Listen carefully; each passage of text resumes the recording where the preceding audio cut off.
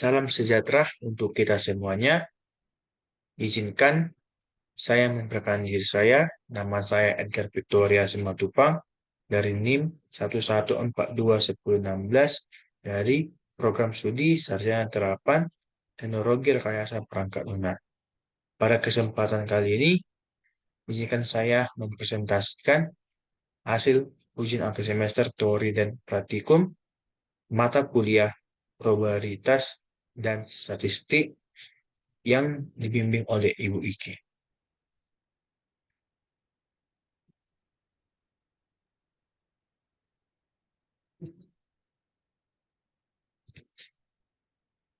Adapun yang ingin saya jelaskan yaitu pertama, ujian akhir semester teori pada bagian A. Di sini terdapat beberapa pernyataan benar atau salah.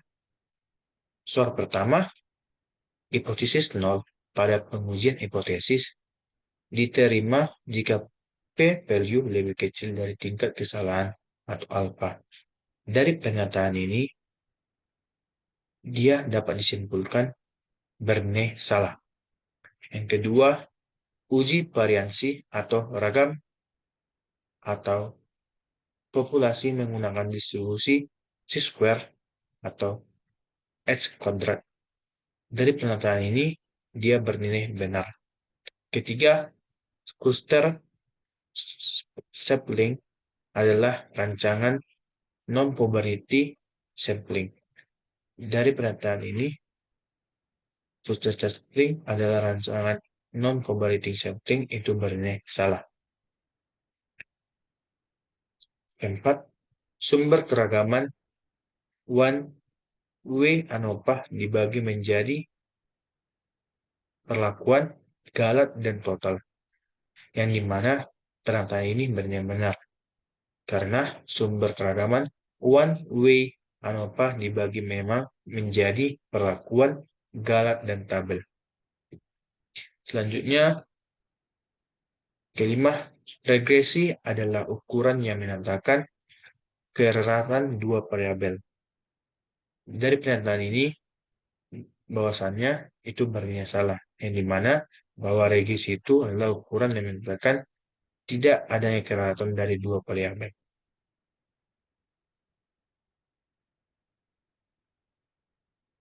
Selanjutnya, saya akan menjelaskan mengenai UAS teori pada bagian B. Nomor 1. Yang dimana di sini diketahui 10 pakai internet dengan kuota sama data kecepatan download. Adapun datanya dapat dilihat di bawah ini, kecepatan download Mbps. Ada itu 2,9, 1,9,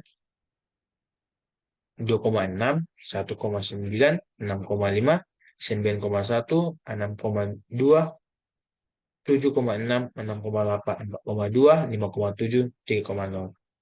Yang ditanya di sini adalah uji hipotesis yang tepat, yaitu dilakukannya uji T. B. Lakukan pengujian hipotesis, yaitu hipotesis 0, 5 Mbps, hipotesis 1 itu tidak sama dengan 5 Mbps. Kedua, alfa 0,05. Ketiga, rata-rata jumlahnya di situ kita lihat 2,6 ditambah 1,9 ditambah 6,5 tambah 9,1 tambah 6,2 tambah 7,6 tambah 6,8 ditambah 4,2 tambah 5,7 tambah 3/10 karena jumlahnya itu 10 sama dengan 5,36.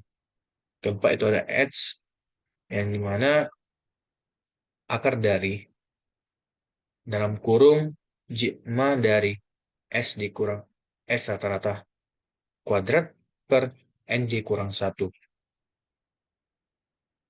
Tutup kurung di mana N itu sama dengan 1, maka rata-ratanya itu sama dengan 5,56 Mbps.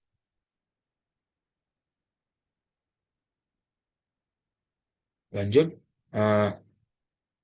jikma S dikurang S rata-rata pangkat 2 itu sama dengan 2,6 dikurang 5,36 kuadrat ditambah 1,9 dikurang 5,36 kuadrat ditambah 7,6 dikurang 5,36 kuadrat ditambah 6,5 dikurang 5,36 kuadrat tambah 9,1 dikurang 5,36 kuadrat tambah 6,2 dikurang 5,36 kuadrat tambah 1,68 dikurang 5,36 kuadrat tambah 4,2 dikurang 5,36 kuadrat tambah 5,7 dikurang 5,36 kuadrat tambah 3,0 dikurang 5,36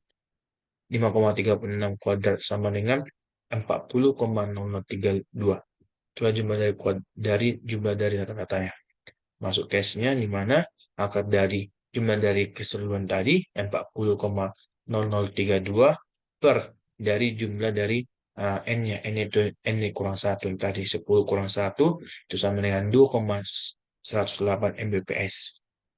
Lanjut, cara kelima itu adalah uji testing pada T atau uji T, di mana sama dengan rata-rata dikurang N per S per akar dari N sama dengan 5,36 dikurang 5 per 2 di koma 10 pangkat 8 per akar dari 10 sama dengan 0,36 per 1,329 sama dengan 2,71.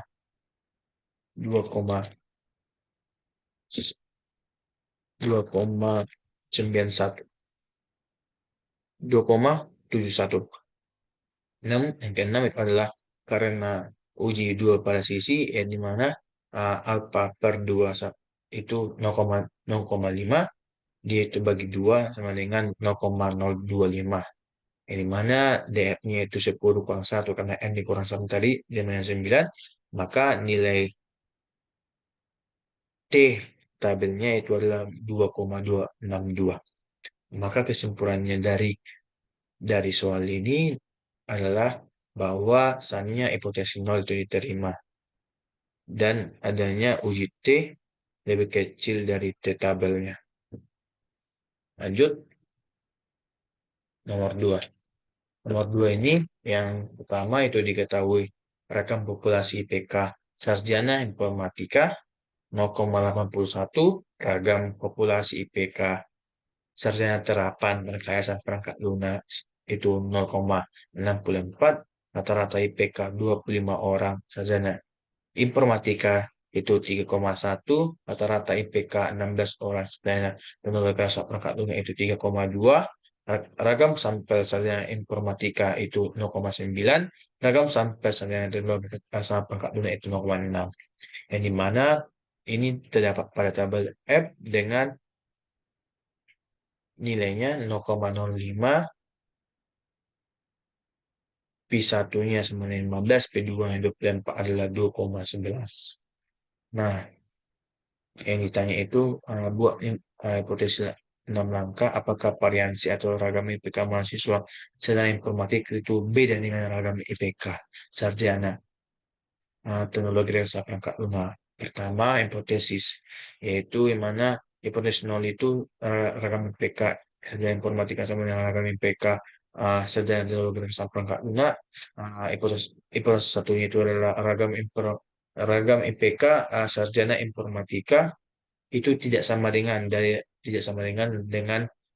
ragam IPK dari STPR atau sarjana sarjana teknologi rekayasa perangkat lunak.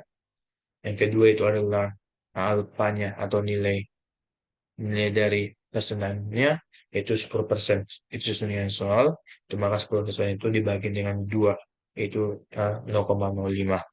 Yang ketiga itu dapat diuji dengan menggunakan uji F.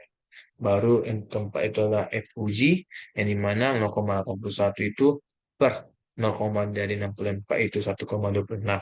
Kelima itu adalah terdapat daerah kritis yang dimana 0,05 itu terdapatnya itu pada F1 itu 15, F2 itu 24, dan itu maka dapat dihasilkan dari F1 dan F2 itu 2,11.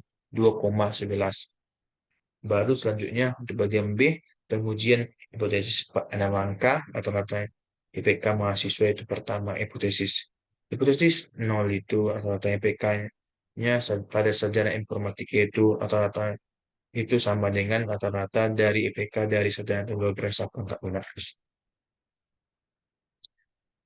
Sedangkan hipotesis pertamanya itu rata-rata IPK sarjana informatika itu tidak sama dengan rata-rata IPK sarjana teknologi dasar perangkat lunak. Yang kedua itu alpanya itu 5%. Yang kelima, yang ketiga itu adalah menggunakan uji F. Yang keempat itu F ujinya dapat kita lihat bahwa 0,9 per 0,6 sama dengan 1,5 itu sudah dilakukan F ujinya. Yang kelima itu adalah daerah kritis, di mana kritis tadi sesuai dengan alfanya 5% atau sama dengan 0,05, yang dimana F1 nya 24, F2 nya 15, maka dihasilkan 2,24 dari hasil dulunya, hasil keseluruhannya pada daerah kritis. Yang terakhir itu ada kesimpulan, maka dari pernyataan ini pengujian hipotesis nama rata-rata IPK mahasiswa itu dia dapat disimpulkan bahwa uh, hipotesisnya 0 itu diterima terdapat pada F uji atau uji F, di mana F ujinya itu lebih kecil daripada tabel F-nya. Selanjutnya, saya akan menjelaskan UAS teori bagian nomor 3, di mana sini data waktu pengeringan dalam jam campuran bahan lama dan baru. Yang dimana dalam bentuk ini adanya bentuk papan, campuran baru, campuran lama. Di mana papan itu adalah 1, 2, 3, 4, 5, campuran barunya itu 4, 3, 2, 5, 6, campuran lama itu ada 3,5, 3, 2,5, 4, 4,5. Nah, di situ terdapat beberapa data.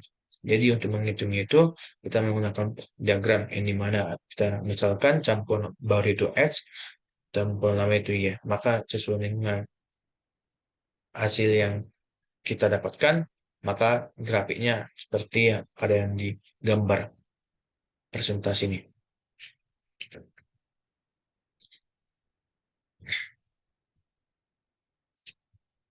Yang B, korelasi persen. Nah, di sini kita dapat menggunakan korelasi persen, yang mana rumusnya itu RSE sama dengan N jikma dari X1 Y sama Y1 sama dengan jikma buka kurung S1 tutup kurung dikali jikma dari Y1 per akar dari buka kurung kuadrat N jikma S1 kuadrat dikurang jikma dari S1 kuadrat dikali akar dari buka kurung kuadrat dari N jikma Y1 kuadrat dikurang jikma Y1 kuadrat. Maka dapat dihasilkan 5 dikali 75 dikurang 20 dikali 17,5 per dari akar dari 5 kali 90 dikurang 20 akar 2 dikali akar dari 5,63 dikali 0,75 dikurang 17,5 akar 2. Maka dapat dihasilkan 25 per 24,9571 sama dengan 1,0017. Maka korelasi persen terdapat pada data tadi, data yang dimana ada yang pengalihan papan, campuran bahan lama maupun bahan baru itu menyatakannya korelasi persennya itu sangat kuat. Nah, selanjutnya untuk UAS praktikum,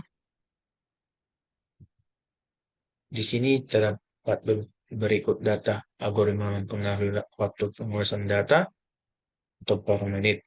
Tapi waktu pemrosesan data itu adanya ulangan, algoritma A, algoritma B, algoritma C. Di mana terdapat ulangan pertama, algoritma A-nya 2, algoritma B-nya 5, algoritma C-nya 8. Ulangan kedua yaitu algoritma A-nya 3, algoritma B-nya 7, algoritma C-nya 9. Ulangan ketiga itu algoritmanya A-nya 2,5, algoritma B-nya 6, algoritma C-nya 10. Ulangan keempat itu adalah algoritma A-nya 4, algoritma B-nya 8, algoritma C-nya 7. Jadi di sini kita dapat menggunakan bahasa R yang ditanyakan di mana masukkan data tersebut pada R dan keluarkan output ANOVA dan jelaskan hipotesis yang diterima. Kita ketahui bahwa ANOVA itu adalah yang sudah kita pelajari sebelumnya pada probabilitas dan statistik. Oke, pertama untuk mengerjakan soal ini kita menuliskan hipotesisnya, di mana hipotesis nol itu dari ketiga algoritma mempengaruhi dari waktu pemrosesan data. Baru hipotesis pertama itu minimal satu algoritma mempengaruhi waktu pemrosesan data. Nah, seperti pada gambar di bawah ini ada beberapa hipotesis yang telah dibuat. Ya,